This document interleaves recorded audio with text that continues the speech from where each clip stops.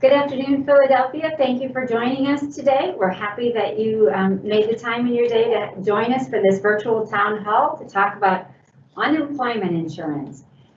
First off, I'm Julie Hedrick. I'm an APFA National President, and everyone's going to introduce themselves and what they do at APFA before we get started.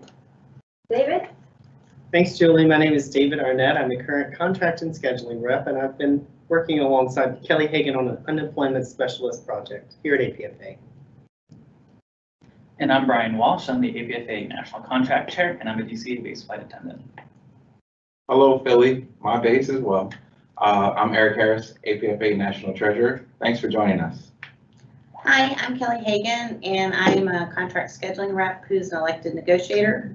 And I'm on this project with David, and we are your unemployment specialists, and I'm Chicago-based.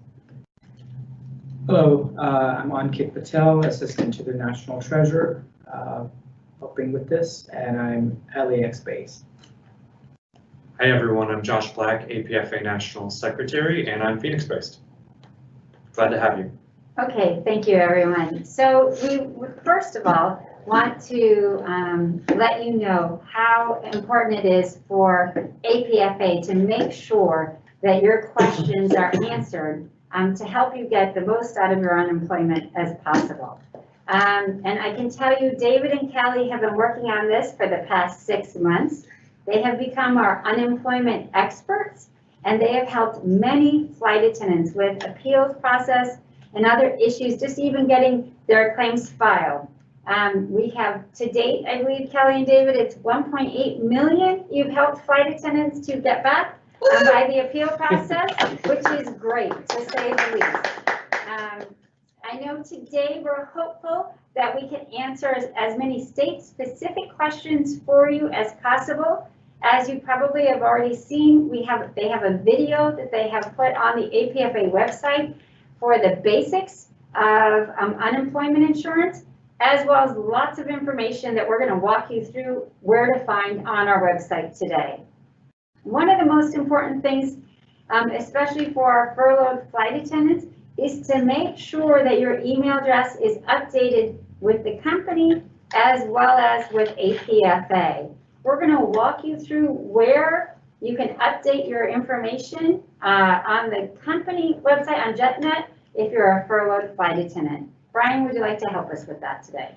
Sure. So the first thing that you'll need to do is log on to JetNet. And once you're on the JetNet homepage, if you look on the right-hand side, there'll be a section that says Resources for Furloughed Team Members. You'll click on that box. And once that takes you to the next page, on the left-hand side, there'll be a tab that says APFA Represented Flight Service Team Members. You'll click on that website, that link, excuse me. Then underneath, there'll be several links that you can take a look at that provide resources for you. Some of them including the furlough guide that was put out by the company, some benefit Q&As. Then the very last link, it says provide your personal email address. This will be the way that you can give your email address to the company to stay up to date once they send out any information regarding furloughs or any important updates down the road. And some of the information that they will be emailing you, and next Monday that email should be going out to you, is the furlough pay period amount that you will be receiving, and that will be populated on Monday. So that those emails will look for that email from the company on Monday. Okay, let's walk through also the APFA website and how to find all the information we have on unemployment on our website. Okay, guys, I'm going to help you with that. So once you go to the apfa.org, that's going to land you on the home page, and you will see our big banner that speaks to the town hall, which clearly you know about because you're here visiting it with us today. From the home page, if you go to the far right, you'll see member resources. If you click that, it's going to take you to the membership resource page. Scroll down to the bottom. We are the first link under helpful links titled Unemployment Resources. So once you click that, it's going to bring up the web page that David and I maintain. We do update this, and it is color coded with the update, so check back for changes. We've got the information on how to reach us Thank you, Josh, where it's got our contact form, and we also have an email address, which is unemployment@apfa.org. If you did not have the opportunity to look at the slideshow that we presented, or you did, but still had some more questions, these general unemployment information tabs do a little bit of a deeper dive, so you can go in there and kind of just see how the process works, because it's very foreign. Either you've never been on it before, or it may have been quite some time since you've been on it. Many things have changed. So you can just go through the different tabs and read the information that we've provided. The very last one is titled Resources. When you are filing your initial claim, this has got some really good information for you. You can see the address for American Airlines. You can also see their contact phone number that you will need to provide, as well as their federal ID number. When you are filing your initial claim, you will need this information. There will also be some more information that you would need. We suggest having the last few of your paperless pays or e-pay stubs with you, have your social security number, have your last day worked, and that would be the last day that you were paid by American while still being on payroll. Am I missing anything, David, on that? I don't think so. Okay, perfect. So definitely have those things with you when you file your initial claim, because it's a bit of a flustering process anyway, and then not to have something kind of sets you back a little bit. So below these tabs, there's going to be another set of tabs, and that is going to have all of our states, and it will be the state in which you are claiming your benefits, which may not necessarily be the state that you're based in. Since this town hall is for Pennsylvania, we're going to sneak down to Philly and look at their tab. We do have the very first link that is provided is the link to the state website. We do suggest that you file online for your claims. There are some options to do it through the phone, but we have found when flight attendants do it online, it lessens their likelihood of reaching some snags. So we have suggested that everybody do it online if you can. We also have just some general information about the state and how things are paid and what counts and what doesn't count against your unemployment. Underneath the resources, we've got some documents here that are downloadable, or if you just want to view them. And it's like the claimant handbook. It's going to have some Q&As that we have found and some other just some general information that we thought that you would see benefit with. There is the fourth one down that says UIC filing materials checklist. That actually has a checklist, as we mentioned earlier, like the federal ID number for American, the address, the phone number. That also has some additional things that the state would need, that you would need to have prior to filing. We've also included the government advocates for the state. Just in the unlikely event that your claim gets stalled out or it kind of gets hitting some sand dunes we can't get across, we wanted you to have the information to reach out to your local representatives. They are very good elected advocates for you. And it's just a different way to put pressure on the rock to go ahead and get your benefit approved and processed. And that wraps up walking us through the website. Okay, great, thank you. Before we get started today, let's talk about if there have been any recent claims in the state of Pennsylvania that you guys have worked on, any issues that we have, so we can at least let them know, what's kind of current and happening in Pennsylvania. Thanks, Julie. So I think the biggest thing that we see in Pennsylvania is, I think Kelly mentioned, is that when you apply, you're going to receive the initial financial determination, monetary determination, and you're also going to receive a PIN number to be able to actually log into the website. So it's very important that if you receive one but not the other, that you contact us. You can reach us at unemployment@apfa.org or on the Contact Us form on our website. And we work directly with American Airlines Human Resources, and they have a process, an administrative process on their end where they can go in and help if we're missing any type of PINs or if there's any snags in the filing process. Another thing that we saw, and Kelly can attest to this, is if you apply and it's been 21 days and you don't receive that financial and monetary determination or that PIN number, we do ask you again, reach out to us, give it some time though, not if it's been 2 days and you don't have anything, but if you don't have any changes in your portal within 21 days, or you haven't received those 2 pieces of information, please let us know, because we have seen in Pennsylvania where if you have had a name change, if you have went by a maiden name and now you're going by your married name or vice versa, that can tend to stall the claim. And Kelly, am I missing anything else? That seems to be the hottest topics Yes, in very much so. Pennsylvania. Yeah, Yeah, the pins and the difference in the names. right. And so we're able to work with the company on their end. They can go in and see what their third-party vendors are reporting your name as versus what the state is using on your application. And recently we were able to get like a 20-week claim reversed because they finally put the 2 pieces together. Okay, so the great thing right now is that in a sense, you too, if there's an issue like that, you have the contact at the company now to be able to help make that, that okay, right? You can fix it that way, right? We don't have to, you two are helping quite a few of our flight attendants with your meetings with the company to fix some of the issues. Yeah, we meet with American HR twice a week, and they have been instrumental in helping us get through these log jams. They, in Pennsylvania specifically, they have access to the portal that a claimant would have too, but they get the employer side to it. And they're actually able to go in and, work with getting the pins reset to find out these names, if they're not matching up, identity pieces and things such as that. So they've been very instrumental in helping, us help our members, because America wants us to get paid too. Yeah, great, very good.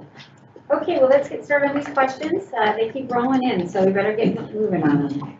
So our first question is from a furloughed flight attendant in Philadelphia, and actually we are only doing one state right now, so everyone's based in Philadelphia. So the first question is, I have 1 month furlough pay. When do I claim the furlough pay, now or when I get paid at the end of the month and 2 weeks after the next? David, you want to take that one? Sure. So this one is not difficult, but it's something you have to think about, because furlough pay is something that you have previously worked for. And one of the things in Pennsylvania is that you are to report the earnings in the week that they are earned and not when they are paid. So you kind of have to ask yourself, how do I report this?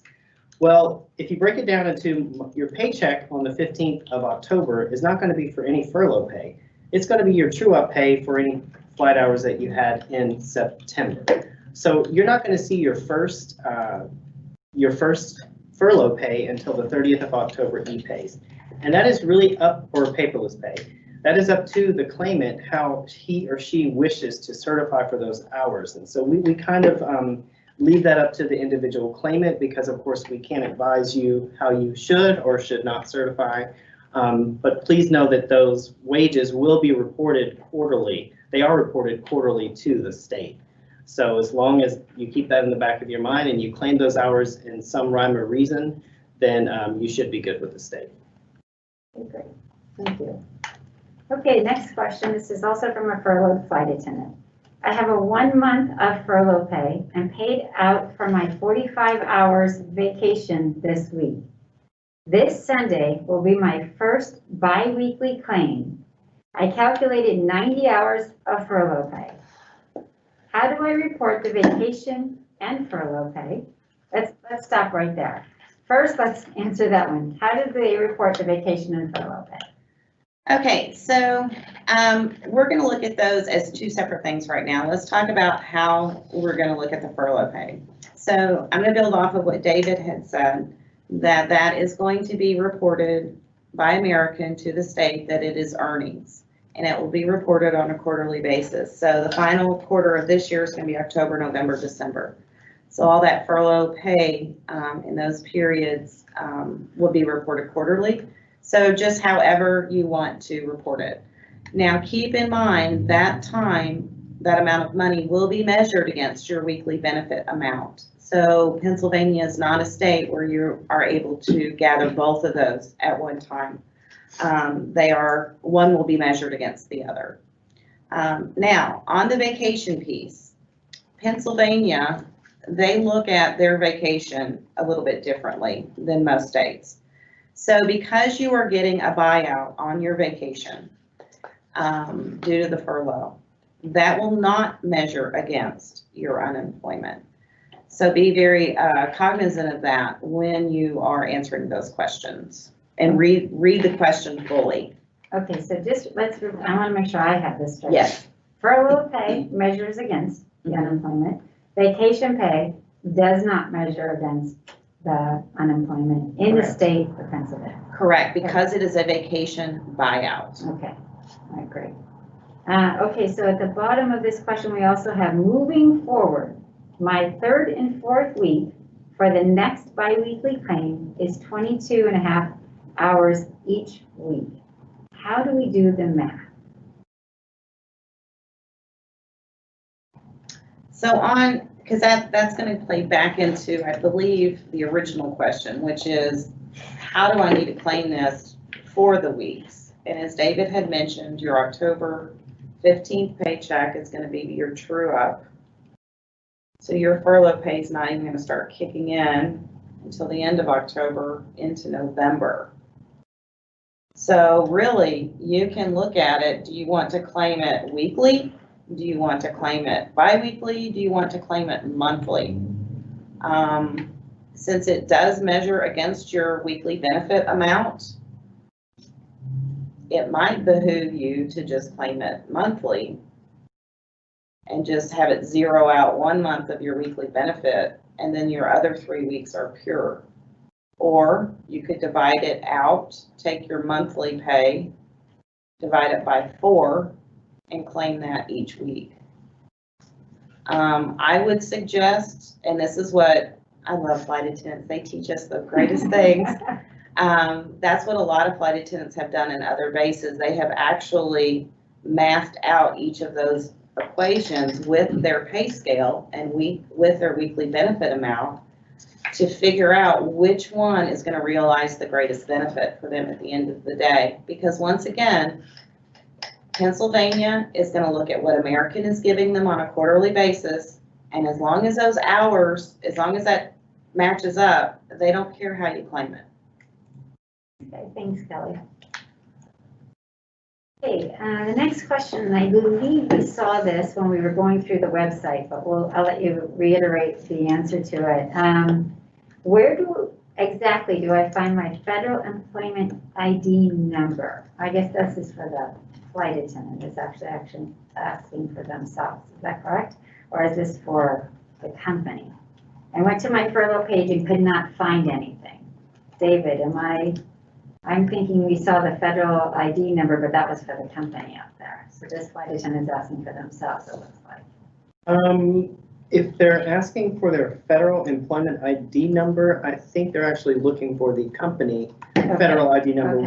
which is found 2 places. And I know that we put up on the screen earlier in the furlough packet, that's one resource where it's at. It's also found on the APFA website under resources of the unemployment resources homepage. So yeah, they're not looking for, they're looking for just for the federal. Okay. Yeah. And if it is the individual, it would be their social. Okay. And don't be afraid if it's it's addressed in Columbus, Ohio, because that is the third party that American has kind of given us one address that they want us to use. So that's just one other thing with that federal ID piece. Yeah, they're wanting to channel all of the claimants through the one address, because we have found when flight attendants use Google and they get a different address, it's not that Columbus, sometimes that can lead to a stalled claim. So it's a way of them channeling everything through that one address, one point of contact, less places for it to go sideways. Correct. Okay, and we're just adding that federal ID number right now into the chat. Also, we just went to the website on APFA and pulled that out, and it's been added to the chat. So the flight attendant has that. Okay, the next question is, this is a flight who's on a leave. I applied for unemployment on October 1st. On October 4th, I received my PIN, but not my letter of financial determination, but I know others who have filed at the same time and received both. Did I make a mistake? What should I do? No, you did not make a mistake on that. The state has a requirement that once a claimant has filed their initial claim, they give them that monetary determination that David was speaking of earlier. It may just take them a little while on that. Feel free to shoot us an email at unemployment.apfa.org, and in that email, if you could include your claimant ID number, that helps us a lot. We can bring your case. As we mentioned, we meet with the company twice a week. Because they have that employer portal access, they can actually go in there and look and see if communications have been triggered to see if that monetary determination has been calculated for you yet. And if so, they can actually see the wages that are getting pulled.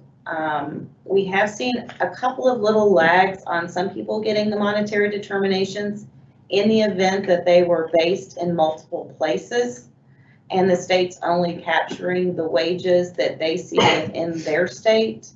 Some states can look and see those wages earned in different states and some cannot, so that can kind of slow it down a little bit.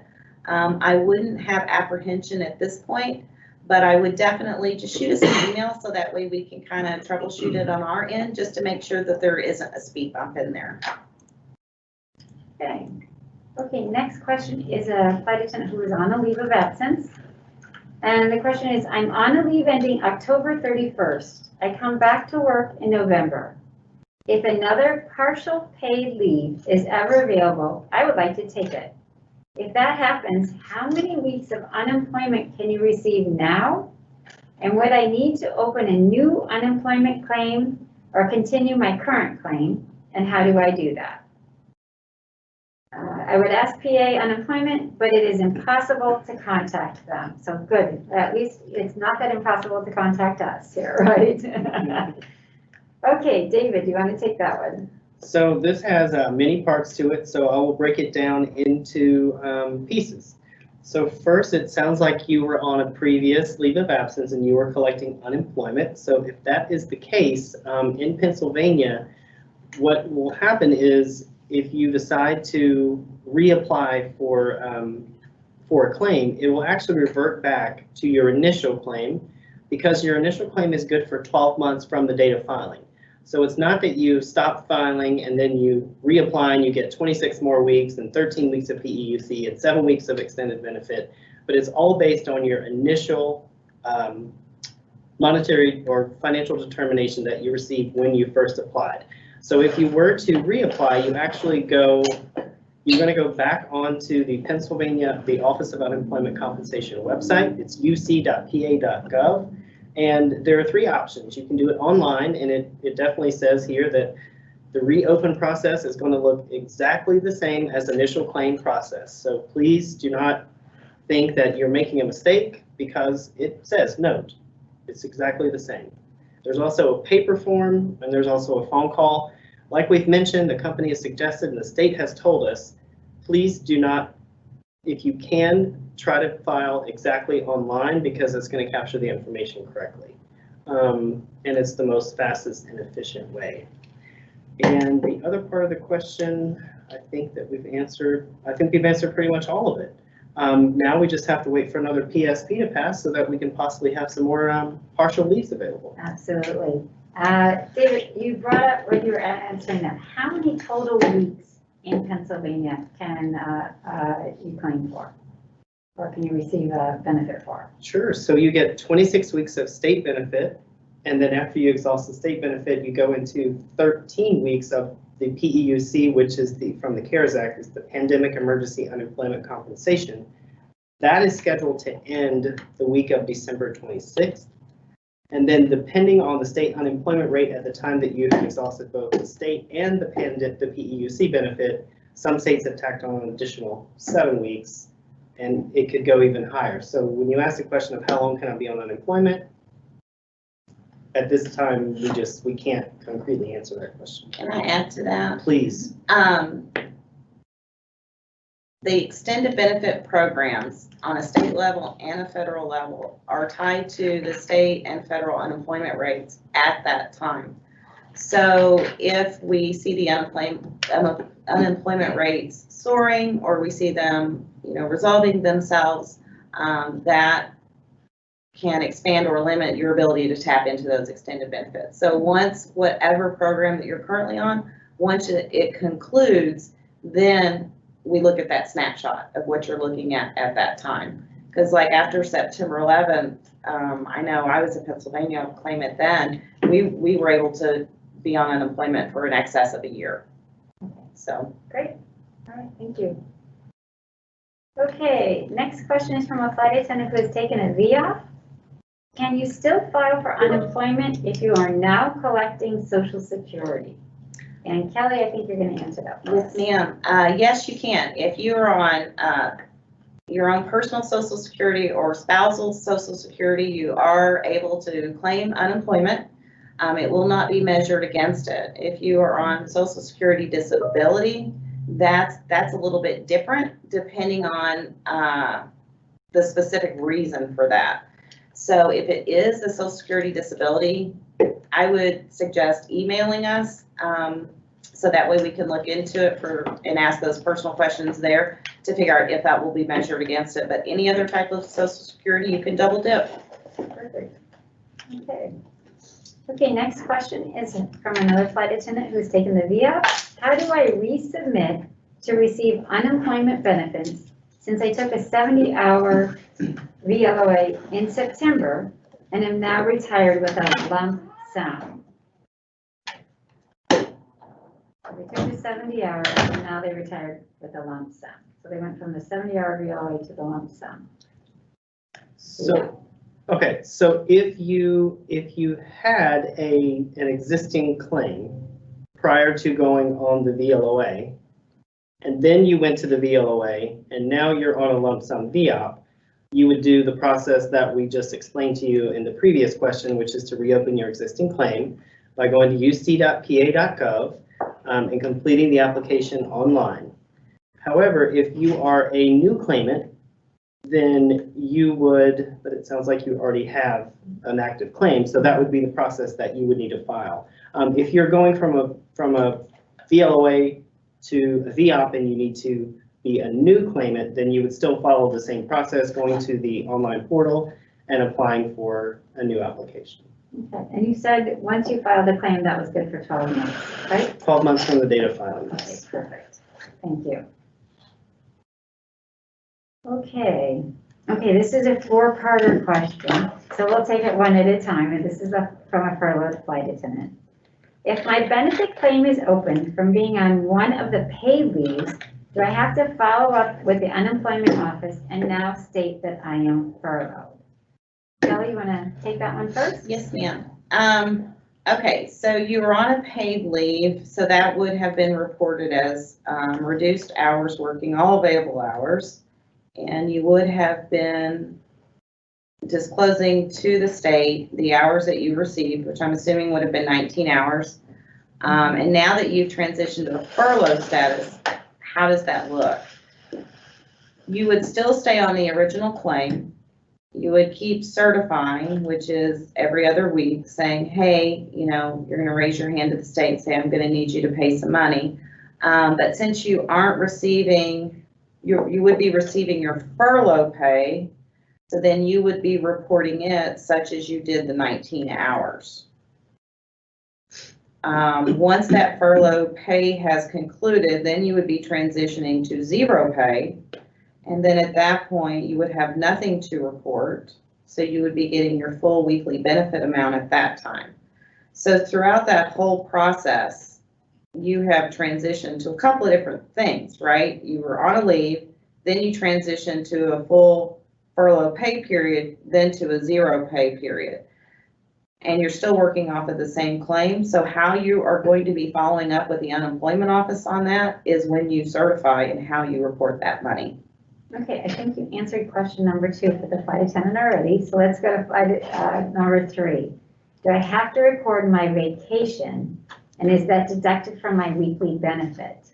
Okay, so how the vacation works in Pennsylvania. For a furloughed flight attendant, it is going to be a cash out option. So the way that Pennsylvania looks at that is not measured against your unemployment.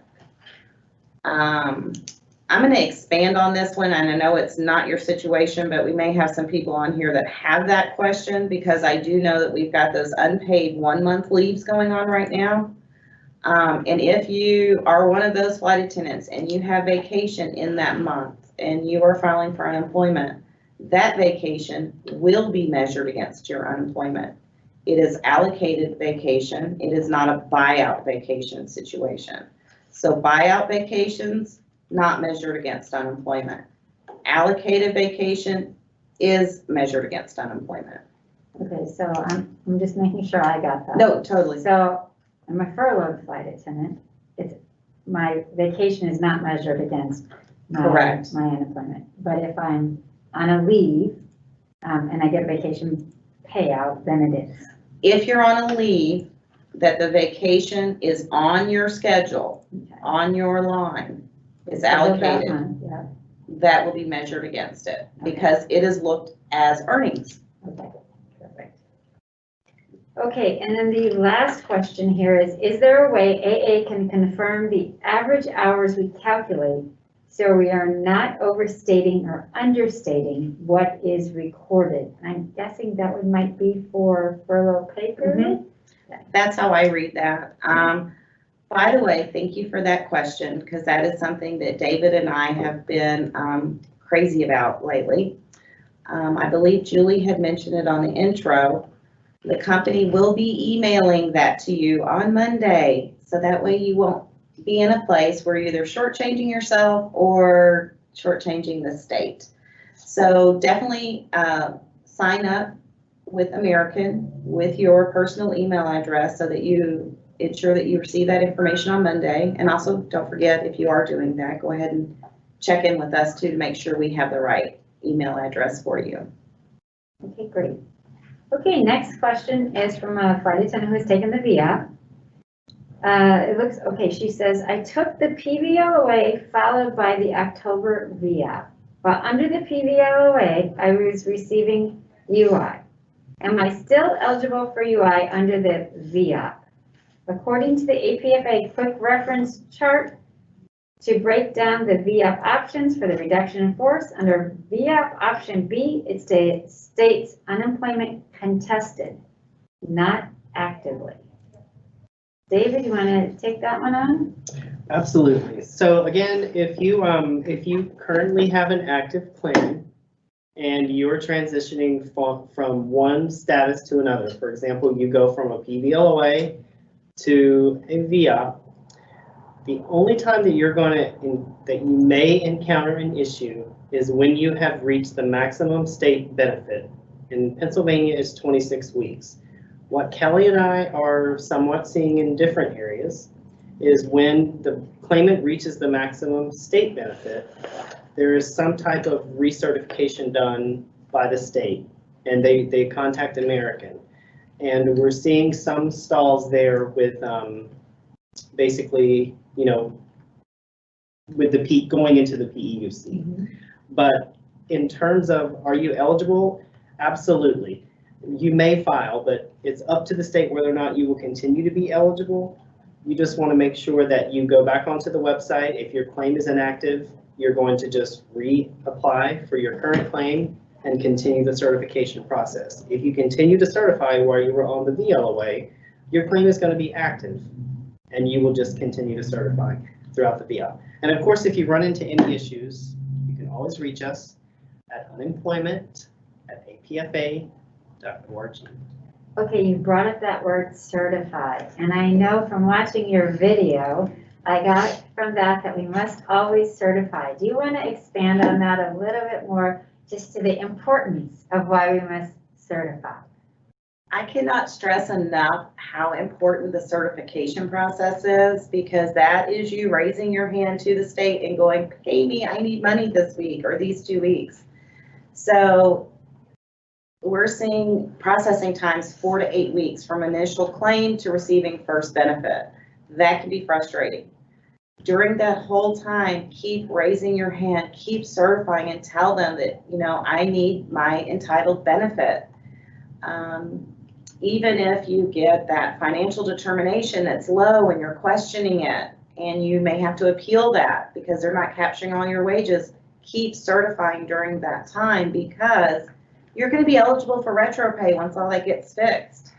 And unless you certified, it didn't happen. You're not going to get it. So certify, certify, certify. I'm very anal about that. Sorry. Thank you, Kelly. No, I think that's good. I mean, it's, you know, we want to make sure that you're doing everything they possibly can to get the benefits they deserve, so. Yes. Okay, so next question is from a flight attendant who's out on a full leave of absences. Let's see, it says, I'm extending my leave in November from a VLOA to an STVLOA. I'm on my initial unemployment claim, and I started that I would be returning to work November 1st. Oh, when she started that, she would be returning November 1st. Is it necessary to call PA unemployment to extend my return to work date? I couldn't find the answer on the PA website. And Kelly, I think you're going to take that one. Yes, ma'am. I couldn't find it on the website either. So talk about trying to find an Easter egg out of season. I don't know the answer on that. I do know on other states we have had issues where when you put in a return to work of a certain date and that day comes and goes and you're still on a leave, that it can hold up a claim. I am assuming that you are currently receiving benefit. So when you start certifying into November or the weeks of November, and you see that you do not receive benefit as you have been accustomed to in October while you were on the leave, please shoot us an email, because I'm thinking if you see a suspension of benefits, there is going to be a return to work issue with that date, and let us work on that on the back end. Okay, next question is from a furloughed flight attendant. Based on my years of service, I'm eligible for 3 months of furlough pay. Do I apply for unemployment now or wait until furlough pay is completed? Meaning I am getting furlough pay and unemployment money. I want to make sure that I'm getting as much financial assistance as possible if it's available. David, do you want to take that one on? Absolutely, Julie. So I think Kelly mentioned, has touched on this and a little bit in answering a previous question, but we do want our claimants to apply for unemployment benefits as soon as possible, because you never know, what the processing time is going to be, or if there's going to be any unanticipated stalls with the unemployment claim. So while you are receiving any severance pay, depending on how you certify, if you don't receive any weekly benefits from the state, those weeks do not count towards the 26 weeks for the state. So if your weekly benefit amount is $0, you still have 26 weeks after you certify for that week. So it's not going to impact you. It's not going to harm you. What will harm you is that if you wait until severance pay is completed, and then you wait another 2 months to apply for unemployment, because you just don't know how long it's going to take for your claim to process. All right, thank you. Okay, next question, another furloughed flight attendant. Do I have to physically be in Pennsylvania or in the US to file? I've heard stories of people filing while on vacation and getting in trouble. Kelly, you want to take that one on? I am. Let's talk about the getting in trouble piece first. So when you certify, and we're all going to be doing that this whole time because that is very, very important, you are telling the state that you are able and available to work. Able and available means I'm not laid out on the beach 3 margaritas into it. So you do not have to be in Pennsylvania. We have out-of-state filers. We have commuters that file there, so they're not in the state. But you just have to be able and available for work. If you are not able and available for work, when you certify, you can tell them that if you're on a family vacation, and you would get 0 benefit for that week, and it would not count against your weeks, as David had said. Now I'm going to answer the first part of the question is, do I have to be in the state of Pennsylvania or do I have to be in the US? So as I've mentioned, we do have commuters that are filing in Pennsylvania that do not reside in Pennsylvania. So you do not have a requirement to be in the state to gather that benefit. You do have a requirement normally for work search requirements. Those are temporarily suspended in Pennsylvania. We do not have when that will be lifted, but you would take that Pennsylvania work search requirement when it comes back into effect and you would apply it in wherever you reside. We do have some international commuters, and I'll be frank with you, not really sure how that's going to work out because we've been having some issues with that. Not in Pennsylvania, we've had it in other states. Many states have set up tracking software.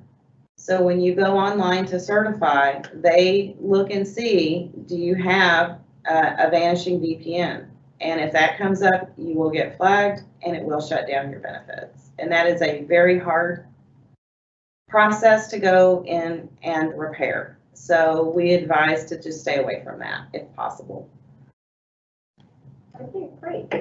Okay, the next question, it looks like we've answered a couple of times, and that goes back to how much pay will those flight attendants who are furloughed receive during their furlough pay period.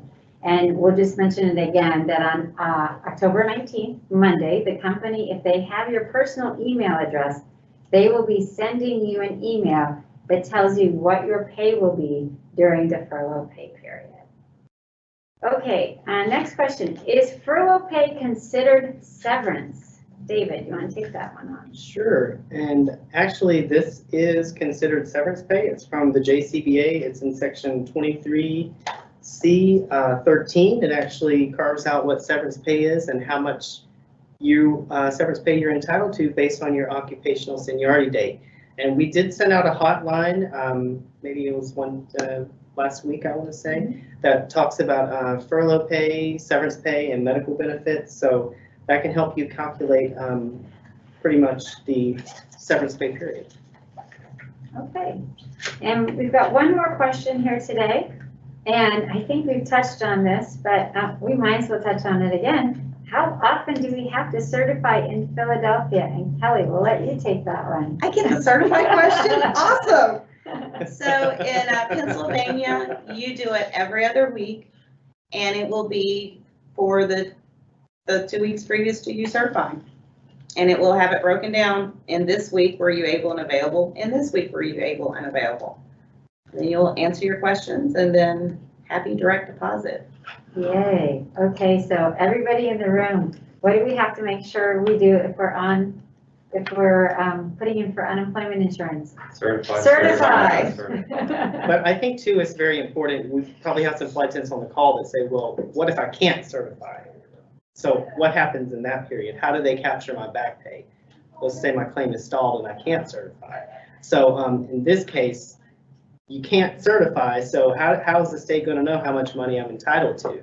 And if anything like that happens where your claim stalls, that's where you're going to need to email us at unemployment@apfa.org, or we can have you just call Kelly. Call Kelly directly. And what we do is we'll work with the company to try and figure out what is tinkering with your claim that it's not processing. And then once that happens, you'll have all these weeks when you log into the Pennsylvania portal that you'll need to certify for, or the state will contact you directly and do it with you over the phone. So never fear, if you can't certify, you will be able to, or forget, we can help you through that process. Okay, good. Very good. Great points to make. Anything else that we're missing or you want to touch upon before we leave today for the state of Pennsylvania? I would. Okay. I cannot stress enough, other than certifying, how important it is if you receive any correspondence from the state to review it in its entirety. Because once you get a correspondence from them, whether it says this is what you're eligible for, these are the weeks, this is the income that we've captured to determine this eligibility, we don't believe that you are eligible. There is an appeals process, and there are very strict timelines with that appeals process, and those are laid out in that letter. And David and I are more than happy to help you through that process, walk you through that. But once you blow that timeline, by not meeting it, you've pretty much told the state, I agree with this decision or this determination that you've made. And we do not want anyone to leave money at the table. Times are too hard right now, and we have to look out for each other. So pay attention to those timelines, get us involved earlier rather than later, so that we can help shepherd you through this to prevail.